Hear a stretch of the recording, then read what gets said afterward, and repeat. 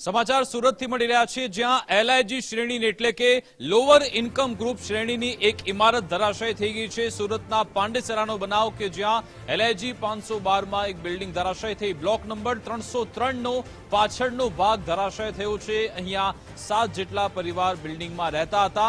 નવાઈની વાત એ છે કે 2016 થી નોટિસ આપવામાં આવી હતી, છતાં પણ અહીંયા આ બાંધકામ હટાવવામાં ન આવ્યું। અંતે આજે આ બિલ્ડિંગ ધરાશાયી થઈ છે। વારંવાર નોટિસોના ફક્ત નાટક કરવામાં આવ્યા। જો કોઈ દુર્ઘટના સર્જા તો જવાબદાર કોણ, તે એક સવાલ અહીંયા ઉપસ્થિત થઈ રહ્યો છે। સુરતના પાંડેસરા વિસ્તારમાં ગુજરાત હાઉસિંગ બોર્ડના વર્ષો જૂના જે જર્જરિત છે તે મકાનો આવેલા છે અને અગાઉ પણ અનેક વખત પાલિકા દ્વારા આ મામલે નોટિસ પણ પાઠવવામાં આવી છે। ભૂતકાળમાં જે જર્જરિત ઇમારત ધરાશાયી થવાની અનેક ઘટનાઓ પણ અહીં પ્રકાશમાં આવી ચૂકી છે, પરંતુ હજી પણ કેટલાક એવા પરિવારો છે કે આવી જર્જરિત ઇમારતમાં જે ભયના ઓઠા હેઠળ છે તે જીવી રહ્યા છે અને વસવાટ કરી રહ્યા છે। ત્યારે આ વચ્ચે છે તે આ વધુ એક ઘટના છે તે હાલ સામે આવી છે અને જોઈ શકાય છે કે જે બિલ્ડિંગના પાછળનો જે ભાગ છે તે એકાએક આજે ધરાશાયી થઈ ધડી પડ્યો હતો અને એકાએક અહીં દોડધામ મચી ગઈ હતી। સ્થાનિક વિસ્તારમાંથી કોઈ વ્યક્તિ પસાર થઈ રહ્યું ન હતું અને તેના કારણે સદનસીબે ઘટનામાં મોટી જાનહાનિ છે તે ટળી છે, પરંતુ શા માટે ગુજરાત હાઉસિંગ બોર્ડ તરફથી આ મામલે કોઈ નક્કર કાર્યવાહી કે પગલાં નથી ભરવામાં આવી રહ્યા? આપણી જોડે અહીંના સ્થાનિક લોકો પણ ઉપસ્થિત છે, તેમના જોડે પણ વાત કરીશું। આપનું નામ? હસમુખભાઈ પટેલ।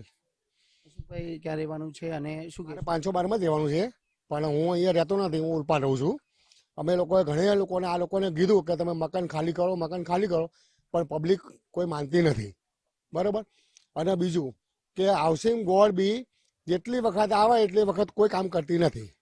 હવે અહીંયા બધી સમજો ને કે મકાન આપણે 2080 મકાન છે, એમાંથી 10% પબ્લિક જે એકદમ જર્જરી બિલ્ડિંગ થઈ ગઈ છે એ ખાલી કરીને બીજે ભાડે રહેવા ગયા છે મજબૂરીમાં।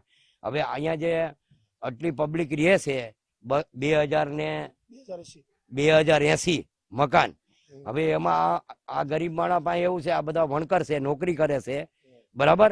હવે એ લોકોનો પગાર 10,000 છે, તો એ લોકોને બીજે ક્યાંય ભાડે કે ડિપોઝિટના પૈસા છે નહીં, એટલે મજબૂરીમાં મરવા માટે તૈયાર છે।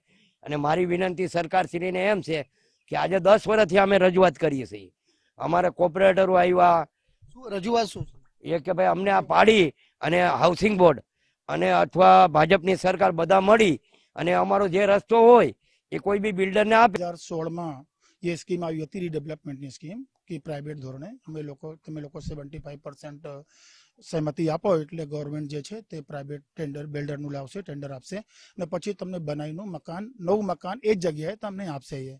જે આગળની જગ્યા બચશે એ બેચી કાઢશે, એ તમે લોકો કહીને તૈયાર છે।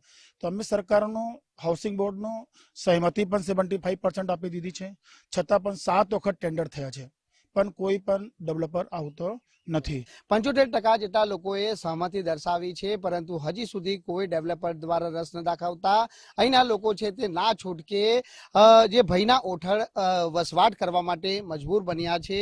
પરંતુ સવાલ અહીં એ થાય છે કે શું રીડેવલપમેન્ટની વાટ જોવામાં આવશે? જો કોઈ ઘટના બને તો તેના માટે જવાબદાર કોણ, તેવા પ્રશ્ન હાલ ચોક્કસથી ક્યાંક ઉઠી રહ્યા છે। કેમેરામેન અજય કુમાર સાથે રાકેશ બ્રહ્મભટ્ટ, ગુજરાત ફર્સ્ટ, સુરત।